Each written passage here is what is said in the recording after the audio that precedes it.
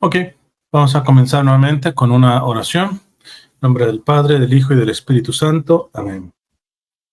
Vamos a hacer de nuevo la oración de Saint Charles de Foucault.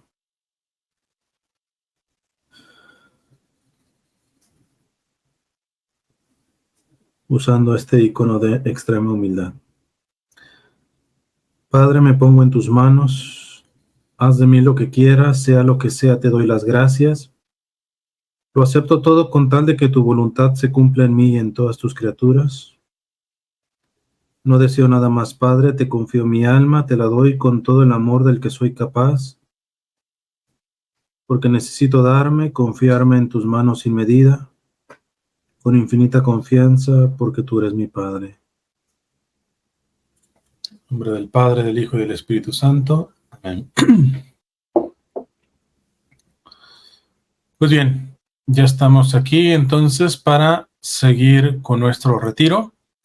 Voy a darles de una vez como la estructura ya propiamente de las charlas. Esta primera charla fue simplemente una introducción a datos biográficos, contextos y sobre todo el prefacio que escribió para la autobiografía el abad cisterciense, ¿va? El padre general de los cistercienses.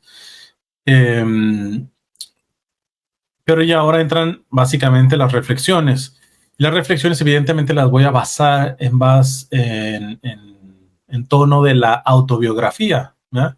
Pero hay unas cuestiones curiosas, ¿no? Sobre todo para aquellos que accedan a esa. La autobiografía sí está en español. Lamentablemente no hay mucho contenido en español.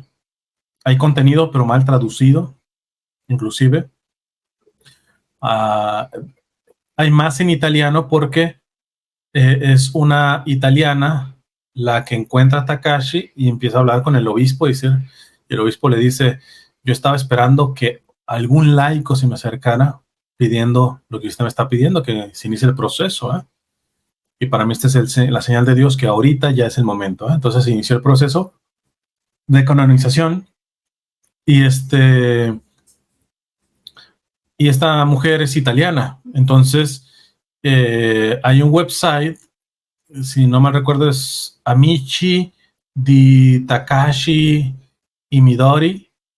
Es una asociación, los amigos de Takashi y Midori, que ellos son los que están ayudando mucho a la difusión, pero evidentemente mayoritariamente en italiano. Espero que este esfuerzo mío ayude a que haya más difusión en español de esto.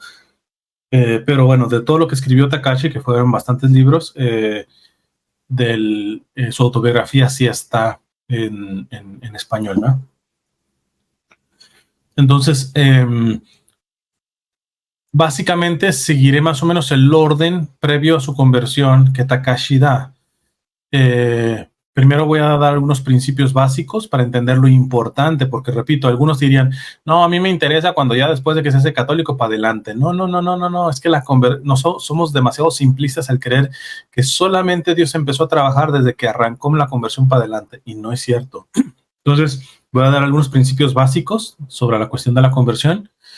Voy a dar algunos contextos familiares de Takashi. ¿Por qué? Porque finalmente la experiencia de fe la vivimos desde un contexto familiar o de carencia familiar. También hay gente que fue abandonado, ¿eh? Entonces, pero por su familia de sangre, pero su familia ahí serían los que le ayudaron en los primeros años de vida. Eso marca mucho el carácter y la forma de ser de una persona, ¿eh? Y en Takashi no fue la excepción. Vamos a adentrarnos en la ciudad de Urakami, que fue en la que él vivió, hizo sus estudios, y que básicamente era el fortín católico de Japón, ¿no? Vamos a ver un poco de su vocación médica y vamos a ver también ya de su dimensión de la radiología y vamos a ver un poquito de lo que sería el segundo retiro, espero el próximo fin de semana, sobre los Moriyama, para que quede un poquito como abrebocas y se animen para el siguiente retiro. Permítanme, déjenme bajarle que tengo aquí un humidificador por cuestión de salud, pero lo puse muy alto. Okay.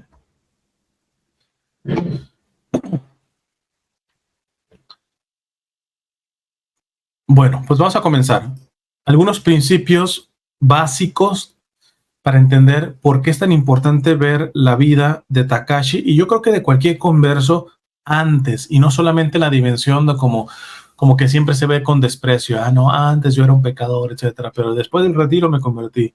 Y somos, me parece, demasiado injustos con el trabajo que el Espíritu Santo ya estaba haciendo desde antes de que fuera ese momento en donde comenzó una objetiva, no como objetiva, una consciente conversión.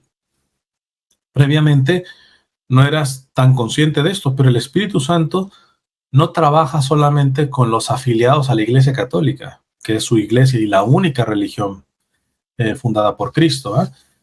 Sino previamente, ¿verdad? Y a veces somos muy injustos, ¿verdad?, con el trabajo que Dios hizo previo a nuestro inicio de conversión, ¿verdad?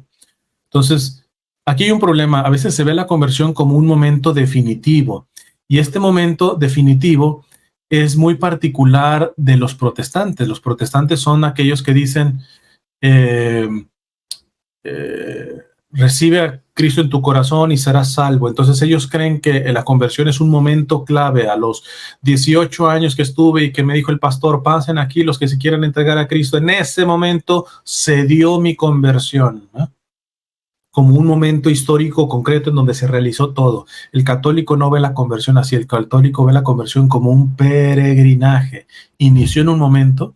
Por eso se entiende que en algunas ocasiones testimonios de conversión en la Iglesia Católica se hable así, ¿va? Yo me convertí a los 15 años, ¿va? Yo me convertí a los 20 años. Se entiende, o sea, no voy a ser rígido, ¿va?, pero no es la manera más apropiada, porque fíjate cómo estás conjugando el verbo, me convertí. Es decir, ¿ya no te hace falta conversión? No, lo más propio sería, mi conversión inició a los 15 años.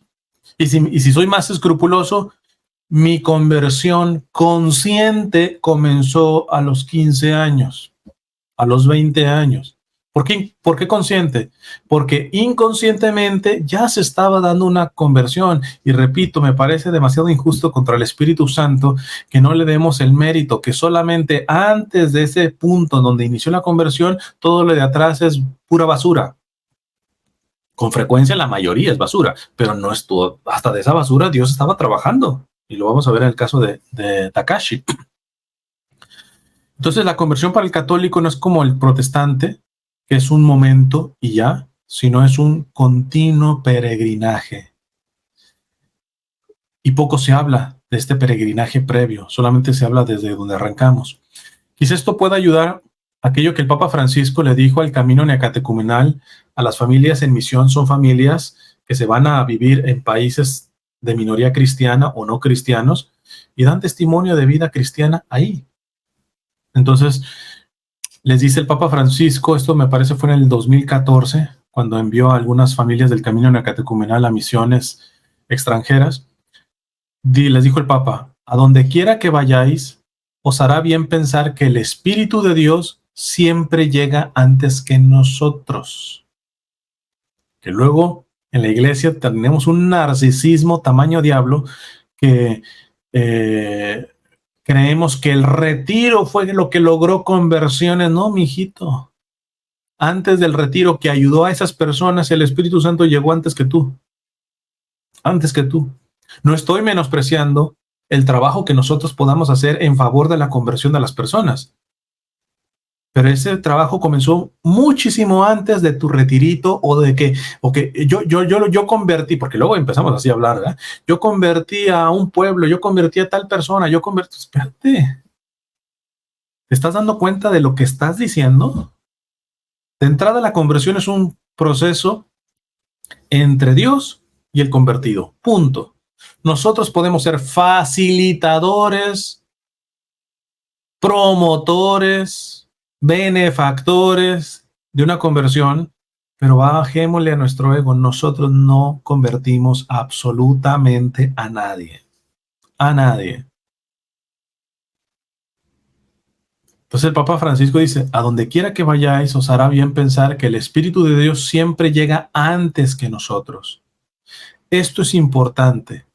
El Señor siempre nos precede. Pensad en Felipe, cuando el Señor le envía por el camino donde encuentra un administrador sentado en su carroza. ¿Se acuerdan del etíope?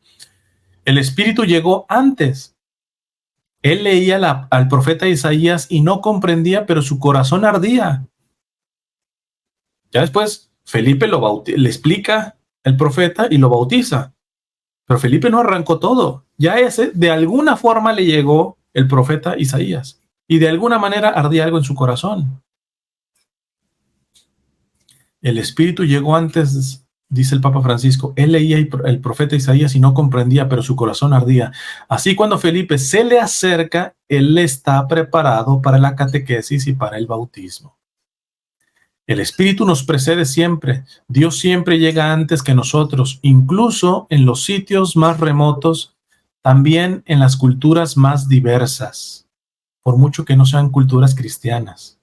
Ahí hace presencia también el Espíritu Santo, que luego lo creemos como que es un bien particular y exclusivo de los católicos. No, es un narcisismo bastante asqueroso y bastante pedante. Dios esparce por doquier las semillas de su palabra, lo cual no significa que la única iglesia fundada por Cristo es la iglesia católica. O sea, no significa que una cosa neguemos. La única iglesia fundada por Cristo es la iglesia católica. Ahí está la plenitud.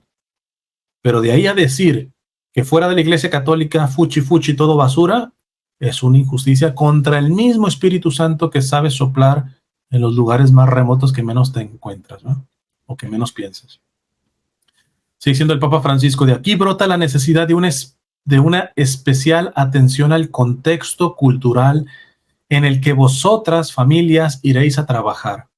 Se trata de un ambiente a menudo muy diferente del que provenís. Muchos de vosotros se esforzarán por aprender el idioma local, a veces difícil, y este esfuerzo se aprecia. Mucho más importante será vuestro compromiso por aprender las culturas que encontraréis, sabiendo reconocer la necesidad del Evangelio presente en todo lugar, pero también la acción que el Espíritu Santo ha realizado en la vida y en la historia de cada pueblo. Aun cuando oficialmente ni que conocían a Cristo, vas a poder, el verdadero misionero, el verdadero evangelizador, se da cuenta.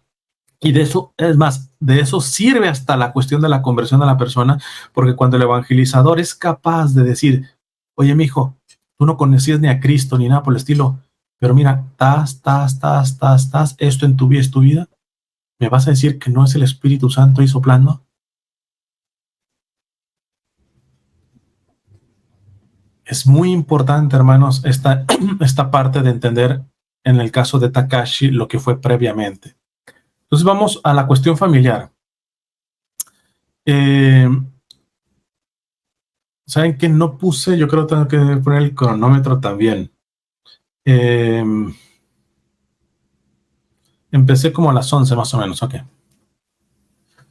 poquito más adelante a las 11, para más o menos dar cierto espacio. Ok, respecto a la familia. La mamá de Takashi muere el 29 de marzo de 1930, cuando Takashi apenas tenía 22 años. Se queda solo con su papá. Y se me pasaba a decirles, en su autobiografía, esto lo expliqué en el video del bonsai, Takashi recobra una práctica cultural japonesa. Sabemos, o no sé si sepan, que generalmente las culturas asiáticas del Extremo Oriente son muy reservados, ¿no? Prácticamente no hay contacto físico público.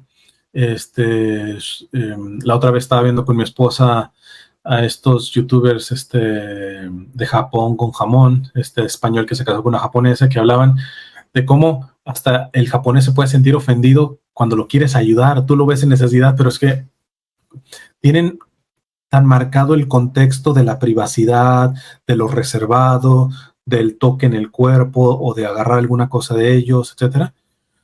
Pero eso también es una cuestión de virtud, de una cierta modestia, ¿eh? Y en antiguo, los japoneses, cuando escribían su propia vida, es decir, su autobiografía, les parecía como un tanto altanero empezar a narrar el libro en primera persona. Y yo nací tal, tal, tal, y a mí me pasó esto, ta, ta, ta. Entonces se inventaban un personaje, no es una novela, porque es realmente su historia, pero simplemente, por ejemplo, Takashi va a ponerse el nombre de Ryukichi. Ryukichi. Yo en las citas voy a tratar de cambiar Ryukichi por Takashi, porque si no los voy a hacer como dicen los cubanos, un arroz con mango, un revoltadero. Entonces se los voy a tratar de hacer lo más fácil en lo posible. Pero en la autobiografía, tú no encuentras a Takashi diciendo, y a mí me pasó esto, etcétera, sino empieza a decir, y a Ryukichi le pasó esto. No es una novela ficticia lo que escribió, es verdaderamente su vida, pero con nombres ficticios que le da a él, a Midori y al resto de las familias, ¿va? Entonces, regreso. La mamá de Takashi muere cuando Takashi tenía 22 años. Y dice así Takashi: la pareja, es decir, sus padres, no tenía ciertamente un abultado currículum a sus espaldas, pero ambos dedicaban mucho tiempo a estudiar juntos.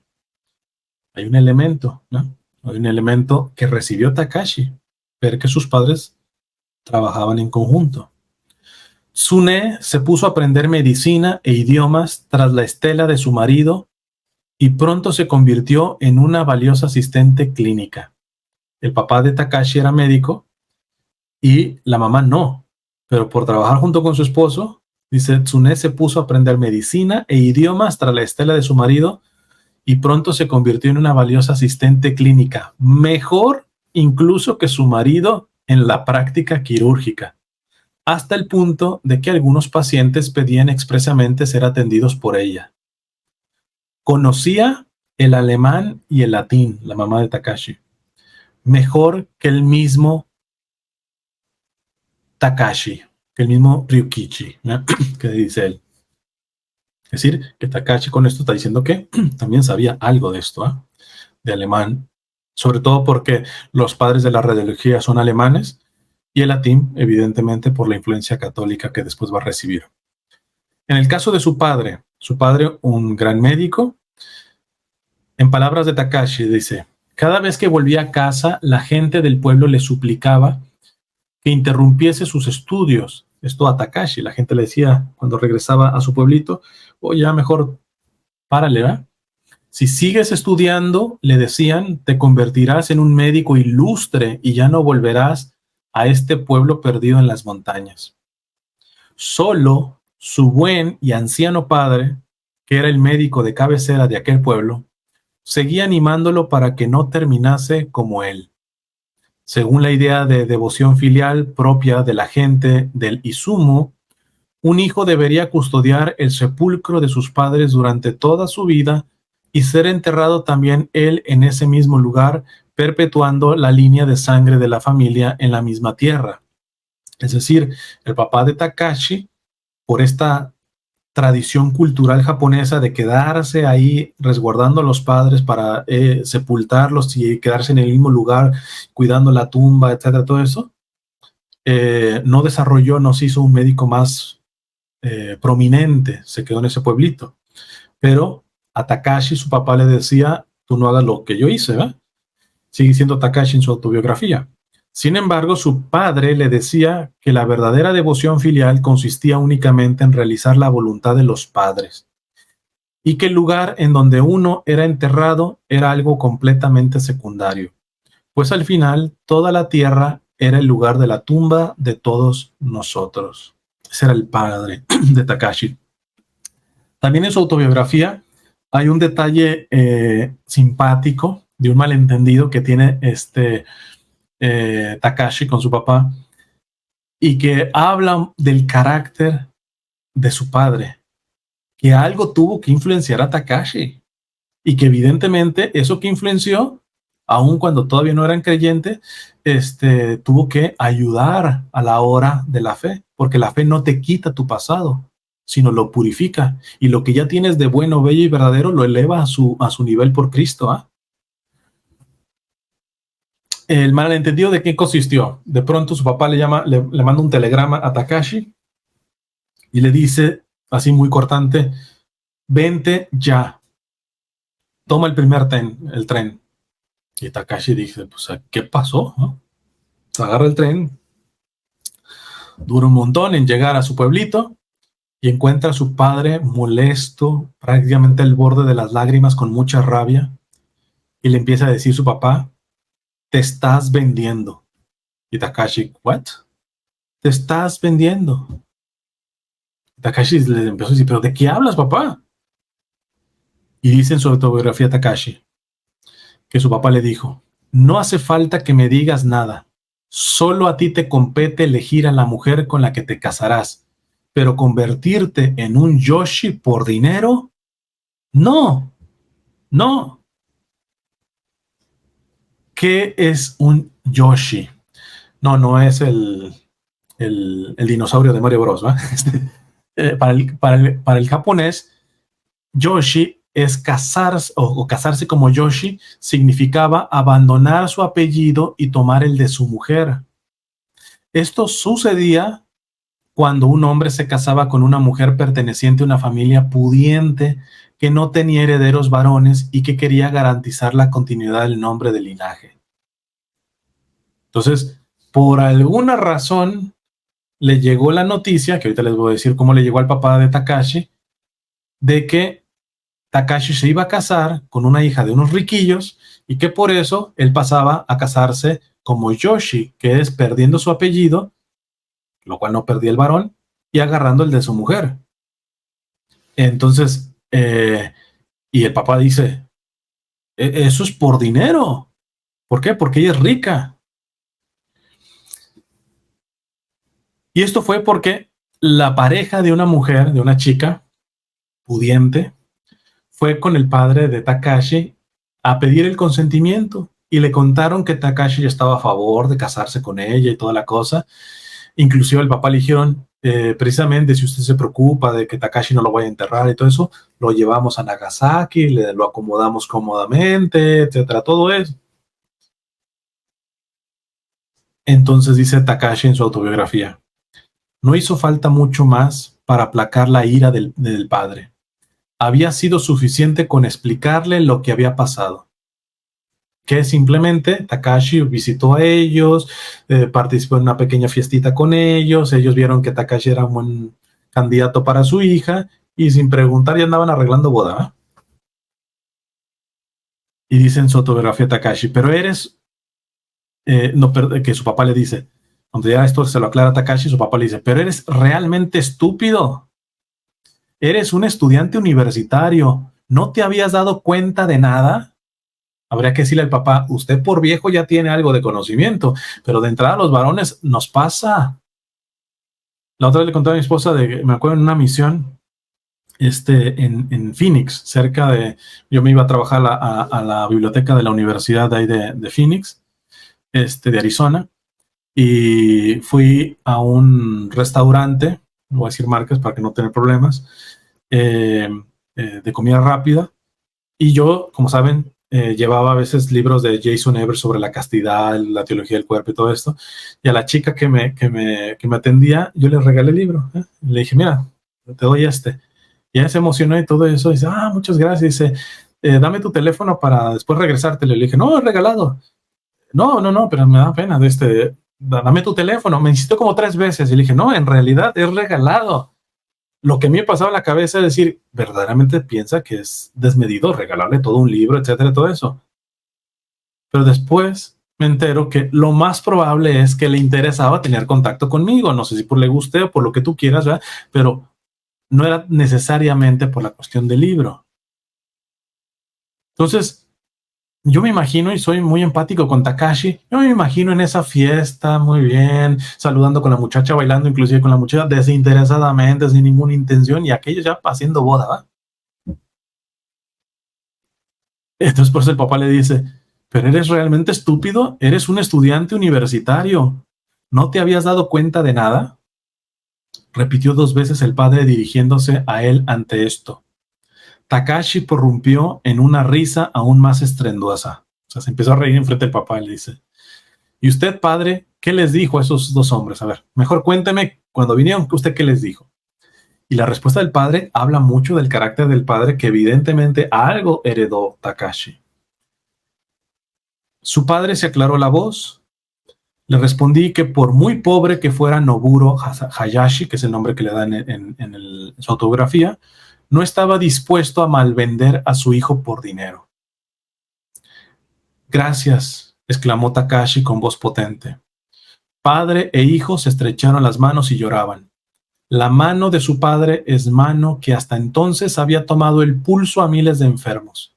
Pasaba ahora el testigo a la mano de su hijo, que haría lo mismo con otros tantos miles de pacientes. Dos manos que no estaban dispuestas a arruinar su reputación por dinero. Yo conozco muchos católicos bien bautizaditos, e inclusive evangelizadores, súper agarraditos a la cuestión del dinero, que inclusive hasta han estafado parroquias y todo esto. Y de pronto los que no son católicos son los malos de la película. No, aquí vean el carácter moral del padre de Takashi y del mismo Takashi respecto al dinero nada más. Me viene, por ejemplo, aquella cita bíblica de San Pablo que dice que básicamente los grandes males vienen siempre por el amor al dinero, ¿no? En su infancia, algún detalle. En su autobiografía cuento esta anécdota, es muy simpática también. Como les digo, Takashi era sintoísta y el sintoísmo hizo clic muy, muy fuerte con el budismo. El budismo viene de la India, pero se derramó en China y a través de China en Japón. El sintoísmo siempre sí es de Japón. Pero bueno, se llevan muy bien estas dos religiones. Y Takashi habla de que, es más, les leo aquí textualmente, dice, en los tiempos de escuela elemental, o sea, cuando estaba en la primaria, con ocasión de las vacaciones de verano, Takashi se acercaba todos los años al templo de la montaña donde vivía su tía. El monje budista, no católico, el monje que vivía allí, que le había tomado mucho cariño, le invitaba a realizar tareas sencillas como asistente en las oraciones de la mañana y de la tarde. A Takashi le gustaba mucho tocar el cencerro de madera como forma de pez en la penumbra de la gran sala del templo mientras recitaba en voz alta la tradicional invocación del budismo zen, Namukara Tano Toraya, lo que significa, me refugio en la triple joya. Y decía que le llevaban a este monje, sobre todo niños enfermos, y que la mayoría de veces este monje diagnosticaba que el niño estaba así porque tenía gusanos. Dice que rezaba los sutras, estos budistas, después aventaba agua y le daba una toalla para secarse las manos. Y acto seguido, dice Takashi, yo veía que sí había gusanitos en las manos. Entonces ya empezó a trabajar ahí el budista. Pero fíjense lo que dice Takashi, como lo cuenta en esta parte. Dice, en otras palabras, entendía que eran las fibras, ya después como médico, de algodón. ¿Ya? En otras palabras, las fibras de algodón se desgastaban de la toallita y eso se quedaba pegadas a los dedos mojados. Al absorber el agua se hinchaban y una extremidad se separaba del dedo y se retorcía, pareciendo algo vivo ante los ojos atónitos de la madre y del niño que miraba con aprensión. Ojo con lo que dice aquí Takashi. Esto no significaba que el monje fuese un embustero, porque probablemente había aprendido esta práctica secreta de sus predecesores, y es fácil imaginar que él mismo estaba persuadido, es decir, convencido de que se trataban verdaderamente de gusanos maléficos. ¿Qué aprendemos aquí de Takashi? Salvar la intención de la persona. Salvar la intención de la persona. Esto que decía ya San Agustín, Santo Tomás de Aquino, es preferible equivocarse por pensar bien que por pensar mal. Sobre todo el interior, que no lo vemos. Cuando pensamos mal sobre las intenciones de una persona, estamos haciendo un juicio temerario que es pecado y mayormente mortal. Algunas que otra vez puede ser venial, pero Es grave estar pensando mal de las intenciones de las personas, que las personas actúan por mala intención. Pudiera ser que sí, pero ¿sabes qué? Si de pronto un día se da cuenta que sí actuaba de mala fe y tú lo justificabas, pensabas que lo hacía por una recta intención, que era una cuestión equivocada lo que estaba haciendo, pero estaba recta la intención, te puedes quedar tranquilo porque esto es lo más católico que tenemos. San Agustín desde los primeros siglos, después Santo Tomás en la Edad Media. Es preferible equivocarse por pensar bien que por pensar mal. Esto lo he aplicado mucho, sobre todo ahora con la cuestión del Papa Francisco, ¿eh? Que algunos están convencidísimos de que fue ilegítima la renuncia del Papa Benedicto, por lo tanto no es un Papa válido, que sí es un antipapa, que todo eso. Si un día algún papa más adelante, en un proceso, porque eso solamente puede ser más adelante, se declara que el pontificado del Papa Francisco es de antipapa, a aquellos que me vengan a decir, ya veías y todo eso, les voy a decir, yo felizmente actué como San Agustín y Santo Tomás. Si me equivoqué por pensar bien. Ahora, si no es antipapa, no quiero saber las cuentas que van a dar a aquellos que están diciendo que el Papa Francisco no es el Papa, que es un antipapa, etcétera, a ver cómo le hacen delante de Dios, ¿eh? Por andar pensando mal.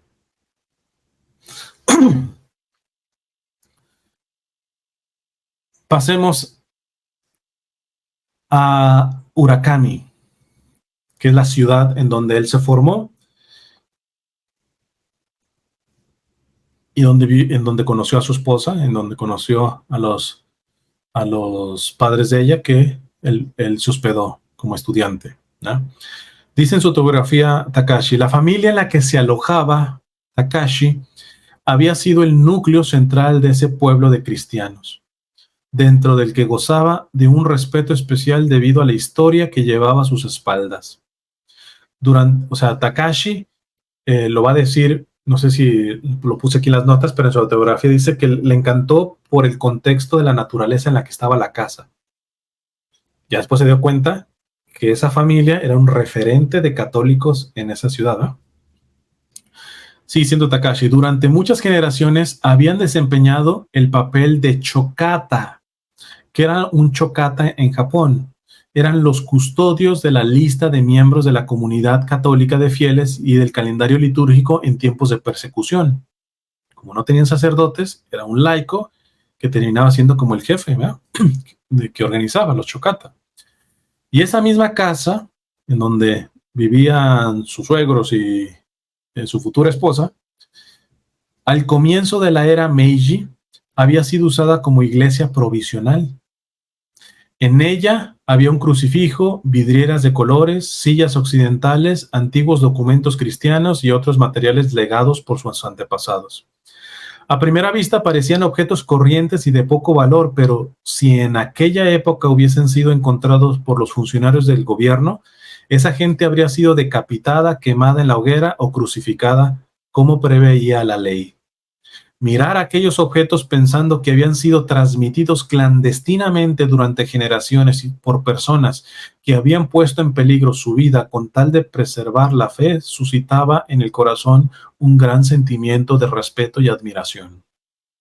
No era creyente, ya para ese entonces en la universidad estaba ya muy cerca de ser ateo, porque vio que el sintoísmo y el budismo se le hacía más supersticioso, entonces, pero nunca los juzgó maliciosamente, como defendió, fíjense, al monje pero vio que no era una cuestión que un médico, alguien que está estudiando ciencia, pueda adherirse. Pero vio esto en la casa de sus suegros y tuvo un sentimiento de respeto y de admiración por los católicos, ¿no?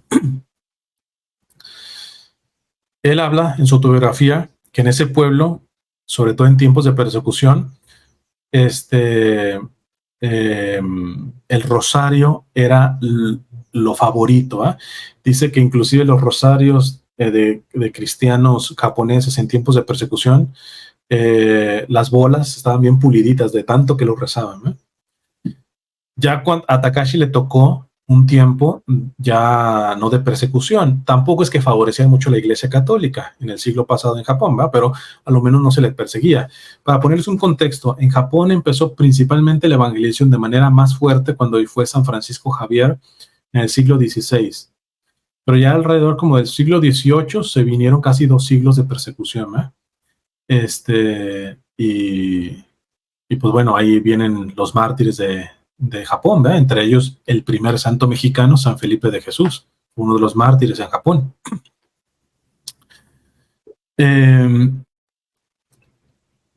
Entonces, Takashi pues veía esto. En ese pueblo el rosario era muy valioso, la Santa Misa, la adoración al Santísimo. Y él dice que cuando bajaba, porque le rentaron una habitación en un segundo piso, cuando bajaba por la mañana encontraba a los padres de Midori rezando.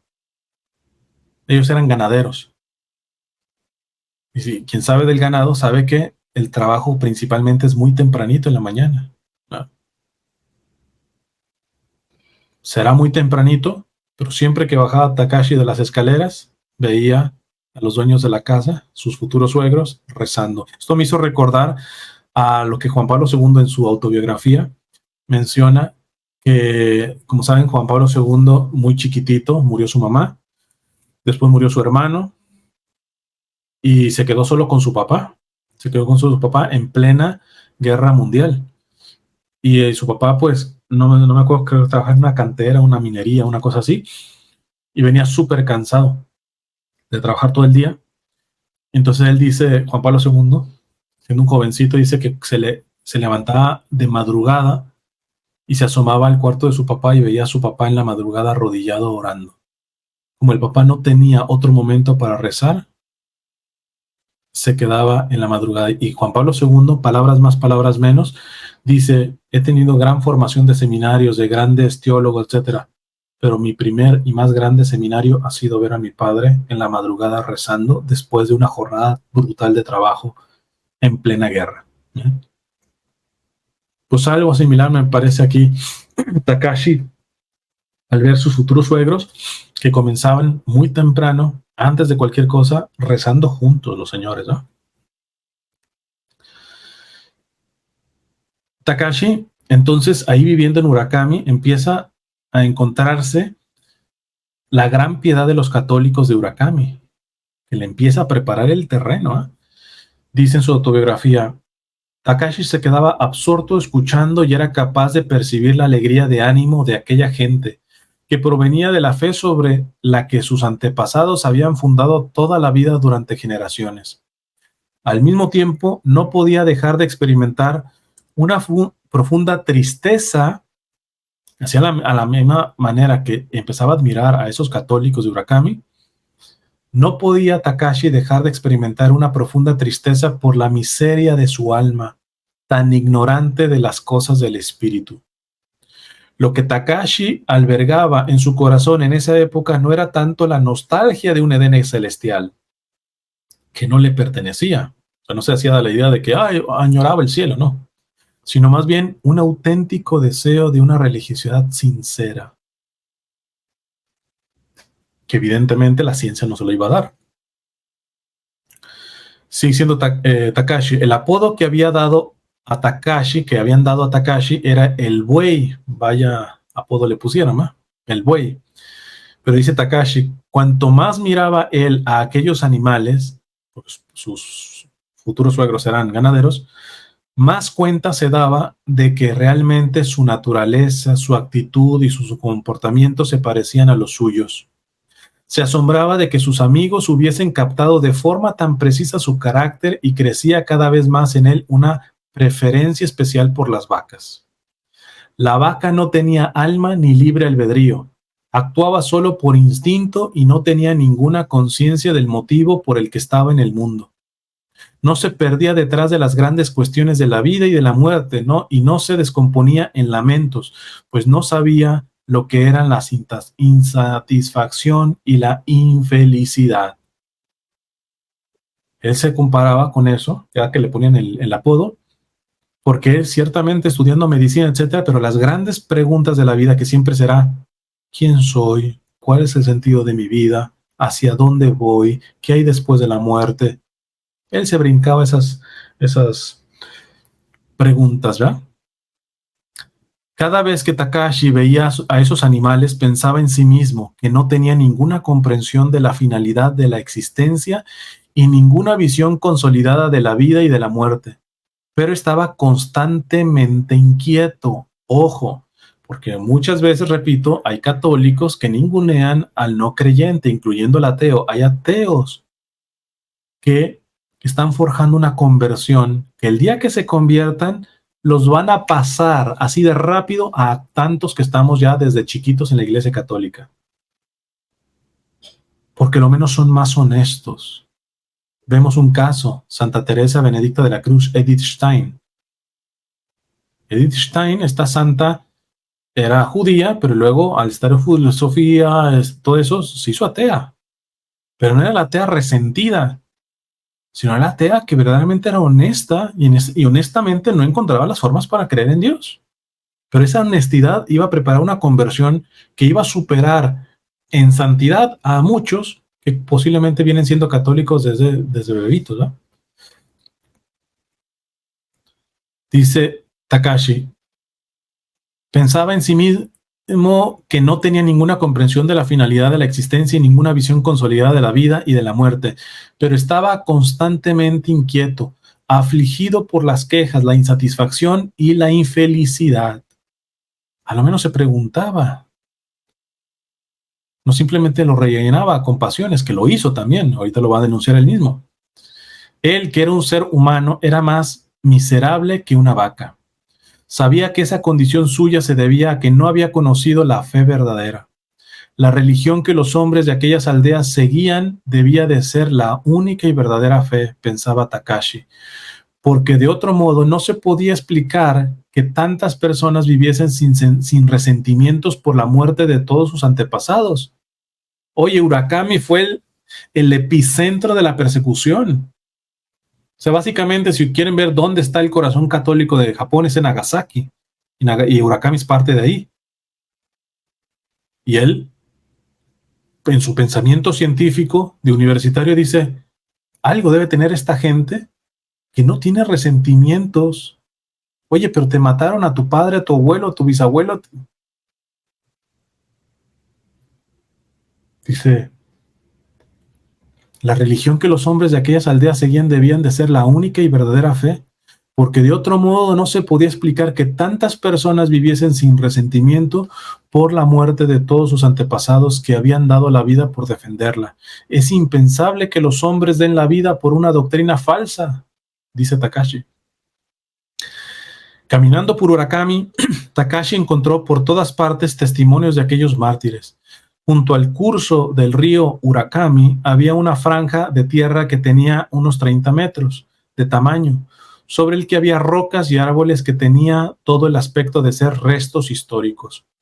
Preguntó al campesino del campo contiguo qué significado tenían aquellos restos y ese hombre explicó que se trataba de la tumba de los beatos. Después de arrodillarse para recitar una breve oración, le contó la historia de las 3 personas, unos esposos y su hijo, que habían sido quemados vivos allí. Los 3 eran campesinos que vivían más o menos a 1 kilómetro del río, cerca del estanque de Komine.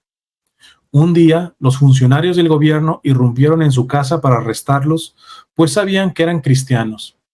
Estos, sin descomponerse, ofrecieron a los guardias un buen tazón de arroz blanco que acababan de preparar y les dieron también como regalos unas sandalias nuevas de paja. Te vienen a arrestar para matar y a tú les ofreces su arrocito y sus chanclitas para acabarla.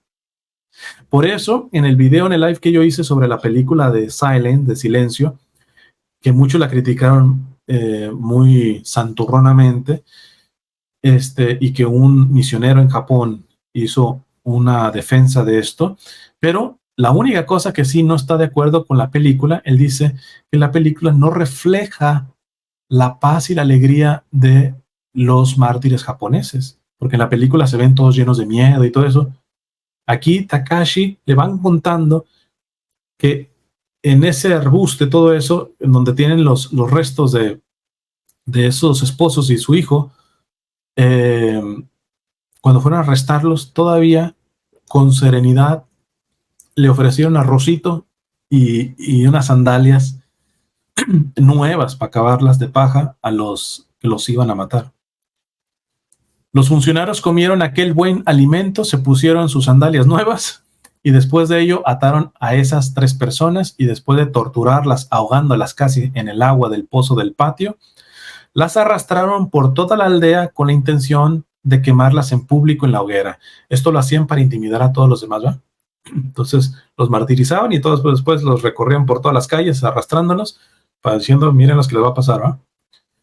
Pero la gente de la aldea, antes que proporcionarles la leña que serviría para formar la pira o la fogata, escapó llevándose la leña hasta el río para arrojarla al agua.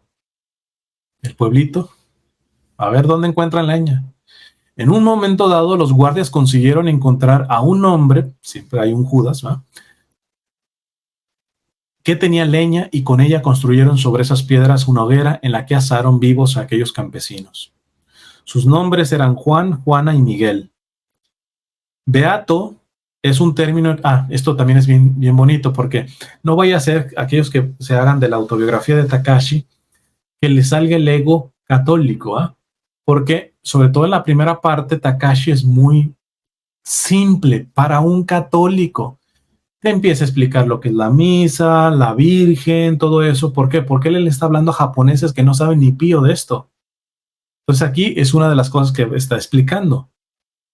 A mí no me expliques que es un beato. Ya, a lo siguiente Takashi le está hablando a su pueblo japonés.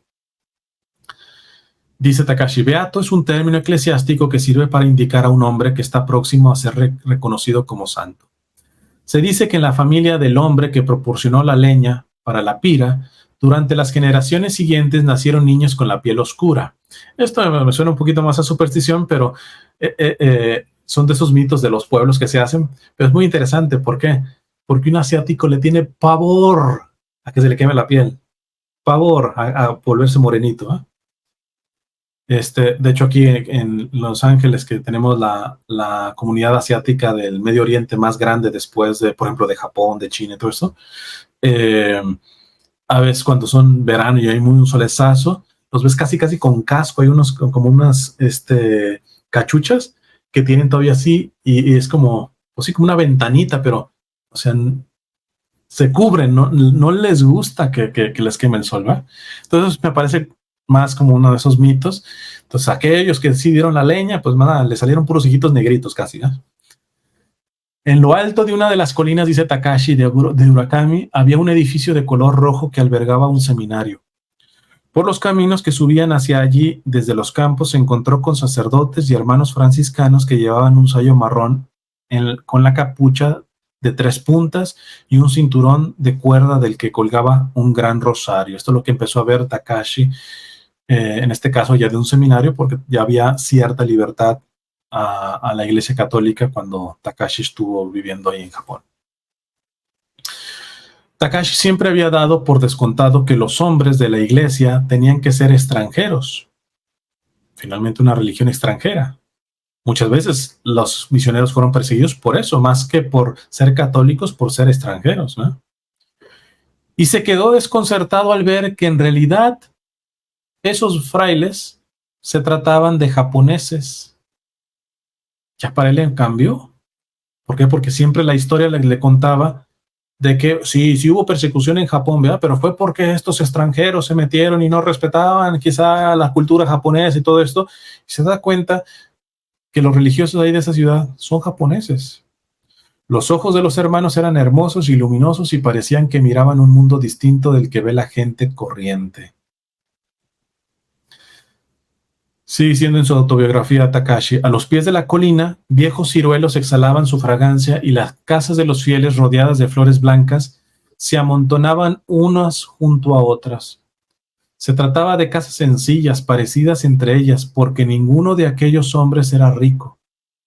Esto simplemente aclarar que también en la película de Silence, o de Silencio, ponen a los cristianos como pobres. La mayoría eran pobres, Pero es mentira que los conversos eran solamente pobres. De hecho, hay un beato ya japonés que era samurái, ¿no?, de alcurnia. Pero bueno, ciertamente el pueblito más eran gente sencilla, los católicos. Dice, pero a nadie le faltaba el alimento, eso es lo importante que cuenta Takashi, que se dio cuenta que estos católicos, me van a decir si nosotros como católicos, cada quien en su diócesis, se vive así, ¿eh? Él, podemos ser muy simplistas, el momento que se convirtió esa misa de Navidad, que ya después les voy a contar y todo esto, ¿eh? Pero vean todo lo que vivió previamente, lo que recibió de su padre, de su madre en su infancia, etcétera. Llega a este pueblo como universitario, lo que va viendo el testimonio de los católicos, ve que la mayoría son casas sencillas, parecidas entre ellas, porque ninguno de aquellos era rico. Pero, dice Takashi, a nadie le faltaba el alimento para vivir porque se ayudaban mutuamente por amor. Esto es puro Hechos de los Apóstoles en el capítulo 2, que dice nadie pasaba necesidad porque todos vendían lo que tenían, se lo daban a los apóstoles y ellos administraban y daban según las necesidades de cada uno. Y ahora hay católicos que se exageraron y se rasgaron las vestiduras cuando el Papa Francisco dice que la propiedad privada no es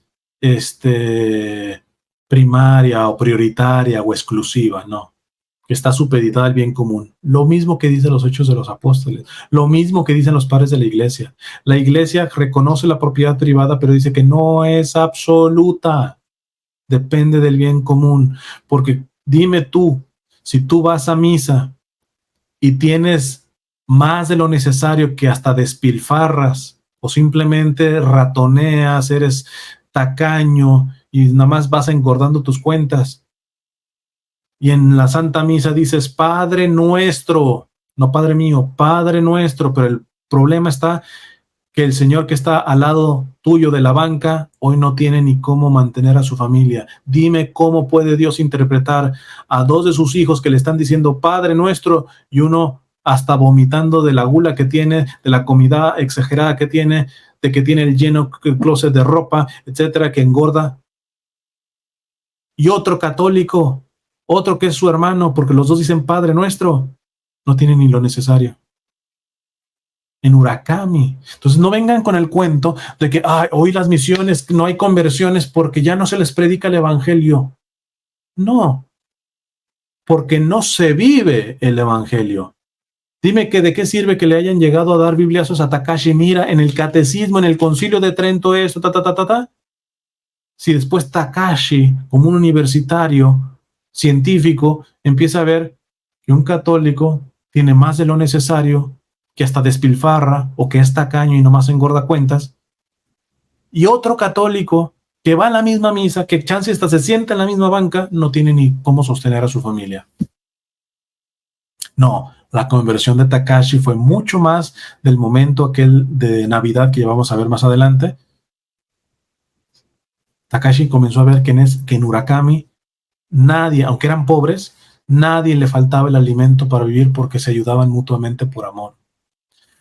Sigue diciendo Takashi, en los tiempos del bachillerato, Takashi había apoyado los ideales del comunismo y se había apasionado por el movimiento de la revolución social. Pero desde que había llegado a aquella aldea, se había dado cuenta de que la utopía económica por la que tanto había suspirado se realizaba ahí sin necesidad de emprender lucha alguna. Sin necesidad de emprender.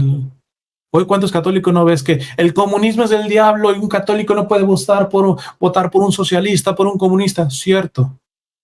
Pero también la Iglesia ha condenado el capitalismo, el individualismo, la usura capitalista, el capitalismo salvaje que habla Juan Pablo II.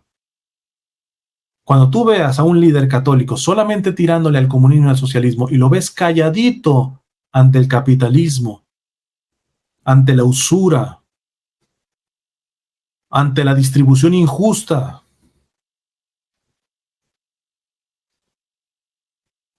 o peor tantito, que yo he escuchado de católicos, líderes católicos, decir que los pobres son pobres por su culpa.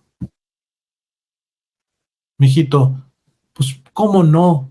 El pueblo pobre se va a ir con los que le cuentan bonito, que son los socialistas y los comunistas. Es más, déjenme, ahorita me acuerdo de una cita de Madeleine Delbrel, esta francesa. Déjenme, se los busco, permítanme. Que viene el caso.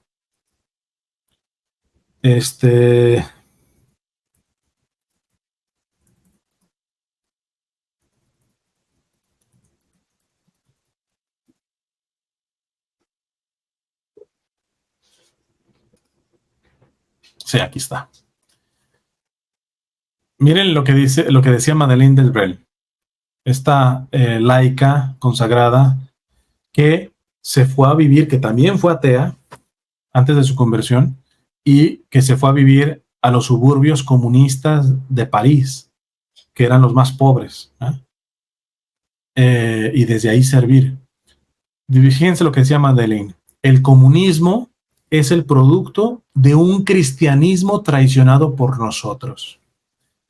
Dejen de culpar a los pobres que otra vez votaron por el candidato socialista, etcétera. Claro, porque al menos él les endulzó el oído con esa opción preferencial por los pobres. Que luego no la cumplan es otra cosa.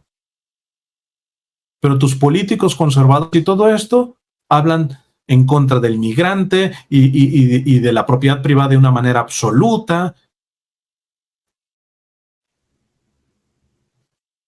de dejar a las empresas que engorden y hagan monopolios, porque tiene que haber libertad de mercado. Dice Madeleine Delbrel: el comunismo es el producto de un cristianismo traicionado por nosotros. En algunas naciones, muchas personas han visto el comunismo como una posible realización de una respuesta del corazón humano. Ese fue Takashi. La esperanza de los pobres, pero nosotros hemos olvidado y prácticamente despreciado esa esperanza. Hemos olvidado a los pobres y los hemos considerado hermanos alejados con los que solo nos encontraríamos un día en la vida eterna. Tú tienes dinero de sobra y el de al lado de la banca en la misa no tiene ni para sostener a su familia. ¿Y cómo tú calmas tu conciencia? Tú resiste, un día nos vamos a ver en el cielo y vamos a estar juntitos nuevamente. Dice Madeleine: el corazón de los pobres esperaba este evangelio, y cuando los comunistas alzaron la voz, los pobres creyeron que era la buena nueva. Lamentablemente sabemos que es una falsa opción por los pobres del comunismo. Pues fíjate lo que dice Takashi. En los tiempos de bachillerato, Takashi había apoyado los ideales del comunismo y se había apasionado por el movimiento de la revolución social. ¿Por qué? Porque aún en su ateísmo, veramente le interesaban los pobres. Pero desde que había llegado a aquella aldea se había dado cuenta de que la utopía económica por la que tanto había suspirado se realizaba ahí sin necesidad de emprender lucha alguna. De decir los ricos son malos y punto, pobres contra ricos, que eso es lo que hace el socialismo y el comunismo. Está viendo que en Urakami, católicos, no les falta nada, son pobres, sencillos, pero cada uno se preocupa por la necesidad del otro. Y dice: ¿para qué necesita comunismo y socialismo? Estos consiguen una justicia, una distribución de la riqueza sin tener que estar peleando entre ricos y pobres, ¿no? Dice Takashi: la diferencia con la sociedad que planificaba el comunismo es que ahí todo estaba dominado por el amor. Y sabemos que el comunismo, de amor hay muy poco, hay crueldad, ¿no? Sobre todo cuando son dictaduras comunistas socialistas, ¿no?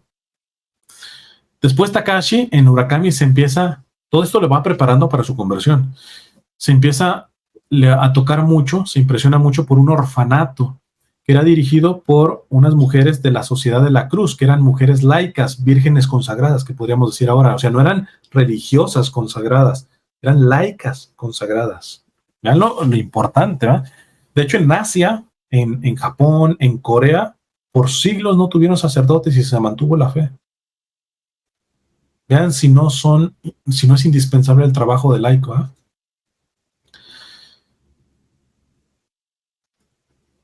Y le impresionaba que de ese orfanato salían grandes profesionistas. Y él, como era un científico y todo esto, estudiante de medicina, decía, wow, ¿qué tiene este orfanato dirigido por unas católicas, virgen consagradas, laicas, que da una calidad de profesionales muy buena? Le impresionaba también que el orfanato prácticamente lo dejaban puertas abiertas, sin cerraduras, dice Takashi. Las puertas se dejaban abiertas, ni siquiera tenían cerradura, porque no había rastro de ladrones entre aquella gente que solo se preocupaba de acumular tesoros en el cielo y no poseía nada que fuese atractivo para un criminal. O sea, está explicando que Urakami era una cierta sociedad que se acercaba mucho a lo que tendría que ser una sociedad cristiana. Y yo he preguntado, mira, en Latinoamérica, si me apuras, 80%, ¿te parece? Cree en Cristo. Ni siquiera estoy siendo católico, cree en Cristo. Que alguien me explique los grados de corrupción en Latinoamérica. Los grados de violencia en Latinoamérica.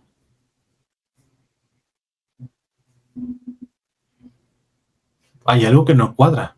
Si crees en Cristo, tendría que ser otro tipo de sociedad. ¿Ven? La gran diferencia entre ser católico nomás de aquí a que de aquí baje acá y se exprese en la vida. Estas laicas dejaban abierto, ¿por qué? Porque el pueblo era mayoritariamente católico y por lo tanto honesto. Hoy te tienes que cuidar hasta en el templo. Yo hasta le he dicho a mi esposa, cuando vayas a comer, llévate la bolsa, ella la dejaba en la banca. Porque otro católico te la puede volar. Otro. Pero también me hizo recordar a Monseñor Casaldáliga, al cual critiqué. Sigo no estando de acuerdo con muchas posiciones, él sí era muy cercano a la cuestión socialista y comunista, pero mis respetos, él fue congruente de vivir con los pobres, viviendo pobre, él fue amenazado por las grandes multinacionales, por todos los aquellos que explotaban a los campesinos en Brasil y todo esto, y este obispo, su casa, muy sencillita, la tenía abierta, porque decía, si alguien no tiene dónde dormir, ahí hay un cuarto para poder recostarse. Oye, Monseñor Casaldáliga, tienes amenazas de muerte, no seas estúpido. Me interesa más que un pobre no pase la noche afuera en la calle. Y si me vienen a robar, ¿qué me van a robar? Si yo mismo vivo pobre. Exactamente lo que... Y esto le impactaba a Takashi ver a estas laicas consagradas. Es decir, si venía un criminal de fuera, no había mucho que robar. Y además, entre puros católicos, que verdaderamente eran católicos, se manejaban con honestidad. Dice Takashi, las casas estaban abarrotadas de niños bien alimentados con la piel morena por el sol, que se divertían haciendo girar sus peonzas mientras canturreaban himnos sagrados en latín, como esa niña de unos 10 años que iba por la calle llevando a un recién nacido sujeto a la espalda y cantando Kyrie eleison, Christe eleison, ante cuya visión Takashi se conmovió profundamente. Ver cómo estas consagradas, laicas consagradas, hacían la unión, no la religión en el templo, el Kyrie solamente para la misa, sino integraban lo religioso dentro de lo secular, y lo secular también santificado por lo religioso, ¿eh?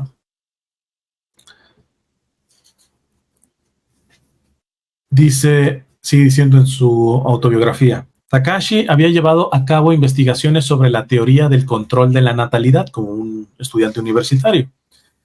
El argumento, fíjense, ya es de principios del siglo pasado y ya andaban con esta cuestión del control de la natalidad. El argumento fundamental que sus partidarios aducían en favor de esa teoría era eminentemente de naturaleza económica, es decir, entre más gente, menos calidad económica de vida, sosteniendo que el aumento de los nacimientos aumentaba el número de bocas que alimentar.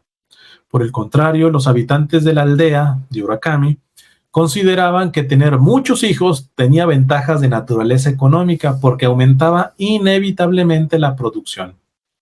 Muchos de aquellos teóricos del control de la natalidad eran personas que no trabajaban, con frecuencia mujeres dedicadas al consumo y a placeres frívolos, que consideraban que los niños venían solo para jugar y divertirse.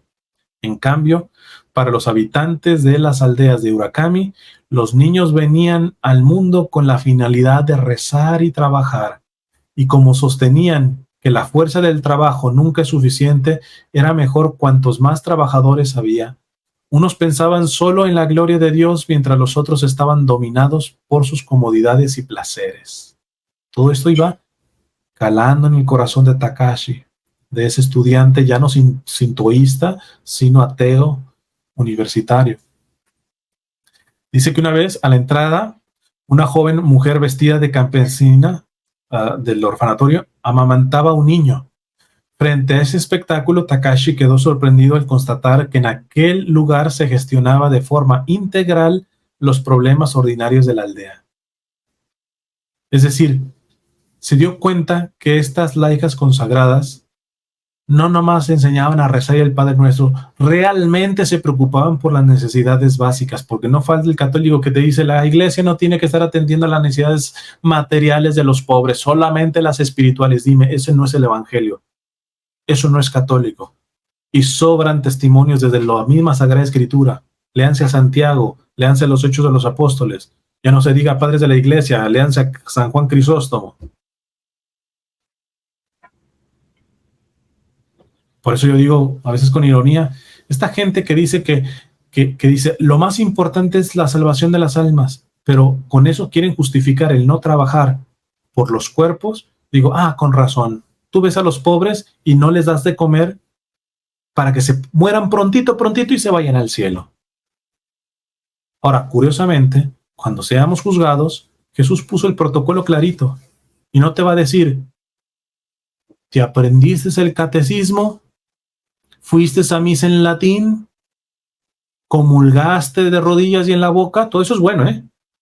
Pero el protocolo que Jesús puso en el juicio final dice, tuve hambre y no me dices de comer, tuve sed y no me dices de beber, fui inmigrante y no me recibiste, enfermo y encarcelado y no me visitaste, desnudo y no me vestiste.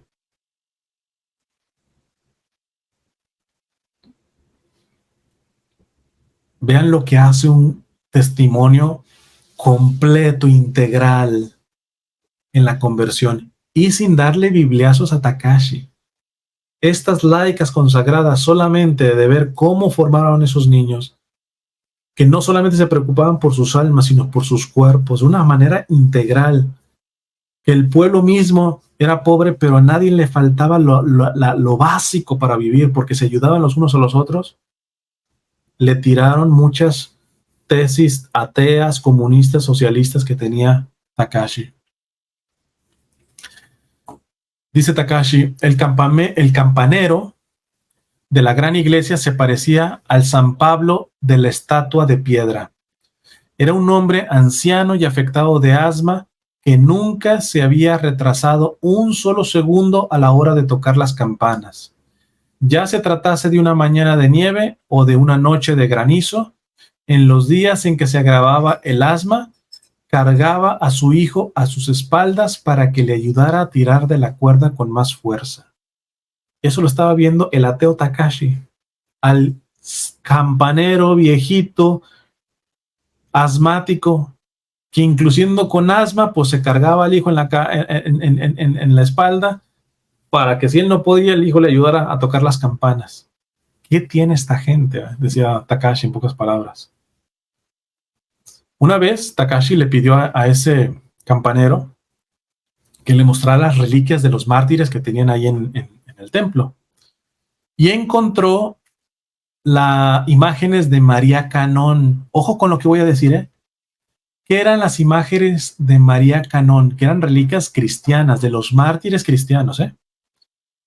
Las llamadas estatuillas de María Canón eran representaciones de la divinidad budista Canón, que llevaba en los brazos a un niño, pues era considerada protectora de las madres y del parto.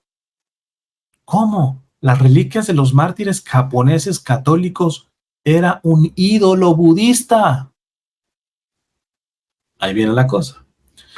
Los cristianos ocultos las empleaban en la época de las persecuciones para venerar de forma camuflada a la Virgen María y al niño Jesús.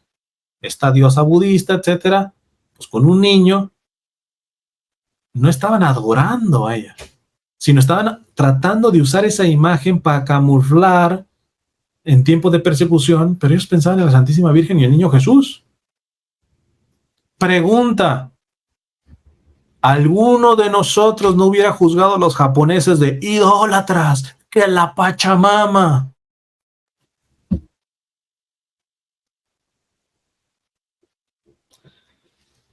La mayor parte de ellas escondían alguna imagen explícita, es decir, que metían a veces una imagencita católica, a veces adentro de esa.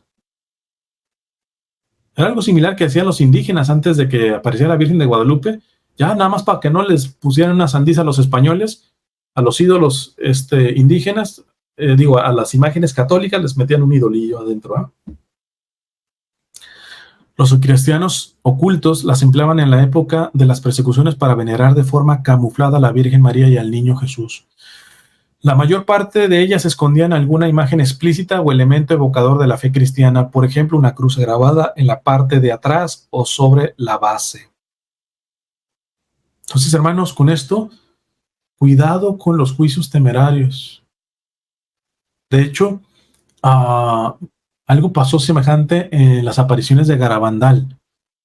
Ya ven que cuando se aparecía la Virgen, la gente a las niñas les daba sus rosarios para que la Virgen los tocara o los besara en la aparición. Y una vez se le acercaron y le dieron una polvera con la que se chapatean las mujeres, ¿verdad? Polvito para maquillaje. Y entonces empezaron a criticar a esa persona y todo eso. Pero ya después de que sale del éxtasis, las niñas, la Virgen dice que le agradó mucho besar esta polvera, porque ella sabe que ahí se llevaba el Santísimo en tiempos de persecución de la Guerra Civil Española. ¿Cuántos, lo más seguro que yo hubiera resbalado, cuántos hubiéramos dicho, oye, dale un rosario para que lo bese la Virgen, pero esta frivolidad, esta superficialidad que te bese la polvera, no, es que ahí llevaban al Santísimo para encubrirlo en tiempos de persecución. Acá los japoneses agarraron una imagen de una diosa que llevaba un niño budista, pero para ellos era la manera de poder llegar al misterio de la Santísima Virgen y el niño Jesús. Me queda claro que muchos católicos que piensan así y que continuamente critican esto, yo les llamo irónicamente los pachamamistas, porque van a hablar de Papa Francisco, no hay otra cosa más que sacar la Pachamama, ¿eh?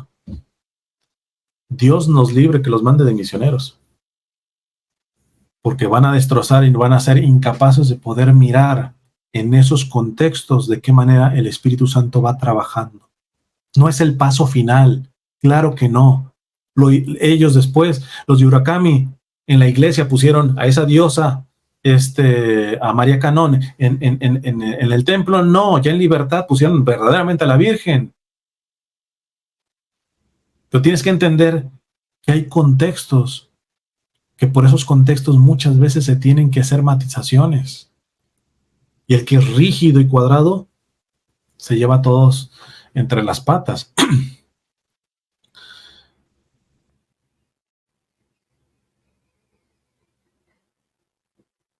Otro elemento que le impactó a Takashi fue ver que, aunque había muchas reliquias de los mártires japoneses de ese pueblo, ni siquiera estaban amarrados a esas reliquias, porque también no falta el católico que está agarradito su icono, nunca se desprendería de su imagen.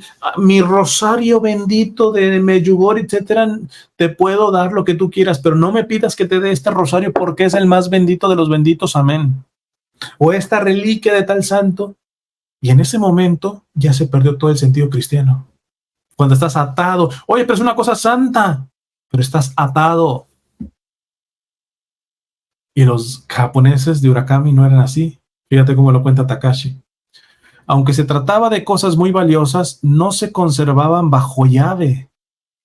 Cuando Takashi hizo notar al campamento que debería prestar más atención a ese tesoro, él respondió que esas reliquias eran sin duda muy importantes, pero que lo eran todavía más las almas de los vivos y que ellos rezaban para poder ver a un convertido más antes que a 100 académicos de cristología dedicados a estudiarlas. Esos eran los católicos que convirtieron a Takashi. Valoraban sus reliquias, pero no estaban agarradas a esas. Iban a lo esencial. Al escuchar esas palabras, Takashi comprendió que la iglesia era una realidad exuberante que latía con fuerza vital, no un meramente ritualista, y que era un error tratarla como un muestrario de reliquias de anticuario pertenecientes a la histórica secta herética de los padres jesuitas, que así llamaban a los católicos.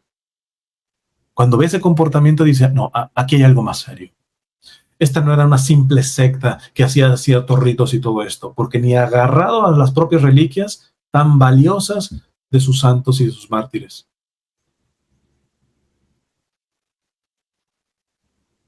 Le impresionaba ver, por ejemplo, a los sacerdotes con sotana. Esto es muy importante, ¿verdad? El hecho del distintivo, ¿verdad? Dice en su autobiografía Takashi, como ateo que era, no se había planteado hasta entonces el problema del pecado y había llevado una vida de pecado en la carne y en el espíritu.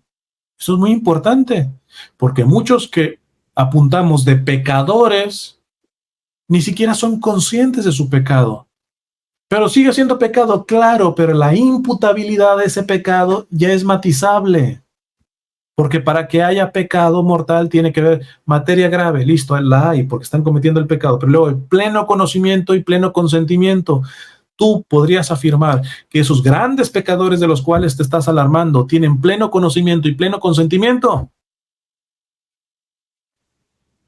Pero eso no quita que el pecado es pecado. Claro, nadie me está diciendo que no quita el pecado, pero la imputabilidad del cargo de ese pecador no es lo mismo de alguien que comete eso, que ciertamente es pecado, sabiéndolo y con toda la voluntad, queriéndolo querer hacer, que alguien que es ignorante.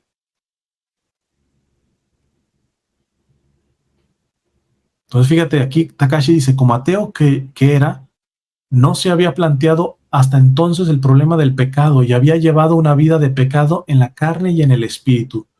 Pero en ese momento de su vida se sentía profundamente atraído por esa iglesia, de ese pueblo, cómo vivían. Sin embargo, no tenía el valor de llamar a la puerta de la casa parroquial como un cerdo que no se atreve a entrar en una cristalería. Es decir, un cerdo se asusta ante un cristal. Él también tenía sus temores, estaba empezando a abrir su conciencia. Le llamaba la atención también una imagen que tenían mucho en Urakami, que era el Angelus. Era los japoneses de esa parte oraban, siempre hacían un frenón a la mitad del día para rezar el Angelus. Y como no es una imagen estrictamente como religiosa, la distribuían más. O sea, pasaba un poquito más desapercibida en tiempos de persecución. Bueno, ya al final, ¿verdad? Porque esta es de Milet. Déjenme ver que yo la tengo aquí, permítanme. Esta. Oh, tengo que quitar alguna imagen. A ver, vamos a quitar esta. Okay, déjenme poner esta. Esta imagen le llama mucho la atención. Se llama el Angelus, es de Millet, un pintor francés. Y la veía mucho en muchas casas, ¿verdad? Que lo que habla es esto. Son dos campesinos, están uniendo la vida ordinaria, la vida laical de todos, pero con la oración. No restringe, no es el cristianismo restringido a cuando estás en el templo, sino también en la vida diaria, ¿no? En la vida diaria.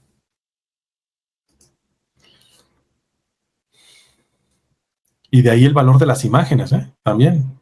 Porque yo pienso, por ejemplo, cuando había persecución en Japón, ¿qué hacían? Había como una imagen como de relieve religiosa, generalmente un Cristo crucificado, y lo ponían en el suelo y le decían a los católicos, písalo, que era la manera oficial de apostatar, y si lo hacían no los mataban. Yo pienso en algunos protestantes que nos critican tanto a los católicos por las imágenes religiosas. Si hubieran estado en el tiempo de las persecuciones en Japón, ¿qué habrían hecho? ¿Qué habrían hecho? ¿Habrían pisado la imagen? Con lo que representa, se dan cuenta que no se trata tanto de idolatría, sino que la imagen realmente es un impulsor de profundizar el misterio de Cristo. No es Cristo la imagen como tal. Eso lo sabían los católicos. Hubieran pisado, no estoy pisando a Cristo, estoy pisando una imagen. Eso es como interesante para valorar también el sentido de las imágenes, ¿no? Y finalmente, Takashi habla de que la iglesia, el templo, les llevó a los ciudadanos pueblerinos más de 25 años en construirla. No eran arquitectos, tuvieron que agarrarse de libros de arquitectura francesa, imitar un poquito cómo las construían en Europa, etcétera, y así pudieron construir su iglesia los habitantes de Urakami, y todo eso empezó, sin lugar a dudas, a ayudar a la conversión de Takashi. Hoy, por ejemplo, esto para mí es desilusionante en los Estados Unidos. Tú ves un gran vitral y una plaquita abajo, donado por la familia fulanito de tal. Se perdió todo el sentido. En eso sí creo que hay que enorgullecernos los que somos católicos más de la tradición hispana, porque los evangelizadores de España trajeron eso. Vean, a ver, ¿dónde encuentran una gran catedral, en un gran cuadro, en una gran imagen, donado por tal, hecho por fulanito de tal? Se sabía que el escultor habría sido, pero así de nombre como tal. A lo más, algunos abrían atrás la imagen y metían su firma o alguna petición, etcétera, la metían y la cerraban, pero no, de ahí en más, anónimo. Ahora no se puede construir, al menos aquí en Estados Unidos, una parroquia, etcétera, si no les dices a la gente, mira, si donas tanto, vas a aparecer una plaquita hasta en el baño, vas a tener tu spot, tu lugar de estacionamiento ahí por un año, y hacen todas esas cosas. Yo sé que es algo muy gringo, pero a mí siempre me rechina. ¿Por qué? Porque va a aparecer el que pagó $1,000 por el vitral, pero esos $1,000 es un pelo que le quitaste porque es multimillonario. En cambio, la viejita que donó $1 y que no le aplica para tener plaquita, dio el único $1 que tenía para comer.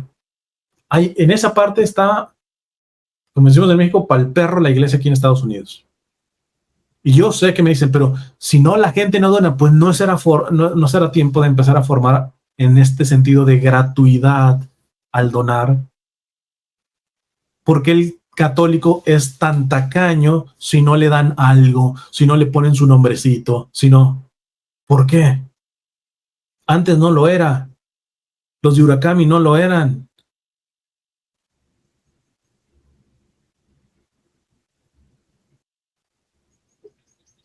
E inclusive por sentido de solidaridad. Eso yo lo vi, por ejemplo, cuando en las charlas me pedían, ya después la gente oye, ¿por qué no hace los CDs para podernoslas llevar y volverla a escuchar?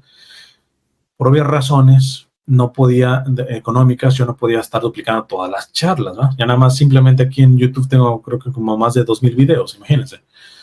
Y además el CD ya ahora no se usa, pero cuando se empezó, entonces yo duplicaba unas 3, 4 charlas, etcétera.